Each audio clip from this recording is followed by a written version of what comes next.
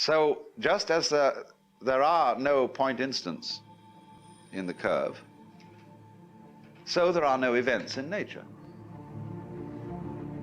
Nature is a constantly fluctuating pattern. You can only designate particular wiggles in a pattern arbitrarily. You can count a convex formation as one wiggle, or a concave formation as one wiggle. Then you decide if you call it one way, if you give the convex properties the title of wiggle, you have to deny it to the concave properties, and vice versa. So when you see that what we call separate events don't exist, it becomes nonsense to speak of one event causing another.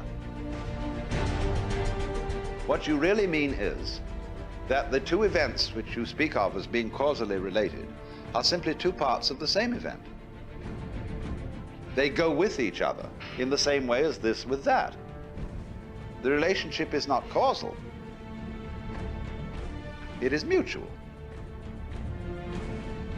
And it works two ways in time, because so-called future events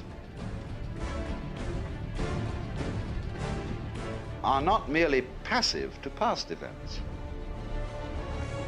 But you could easily see when, for example, any biological process goes on,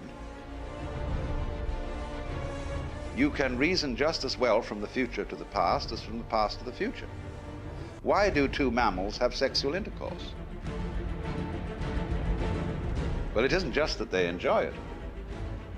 It's also that they're a very complex system which does this because it makes babies. And the prospect of baby works in reverse and creates desire. You can reason that way. Well, it's silly because the whole process is one. And when we speak humanly and purposively, I am going downtown to buy groceries, then a future event could be said to be the cause of why you're now starting out to get into the car, buying groceries.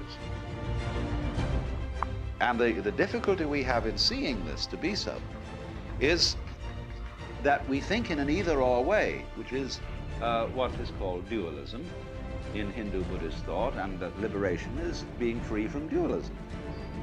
So when you think in an either-or way, you see the figures in the background as moving, and therefore being responsible for their action.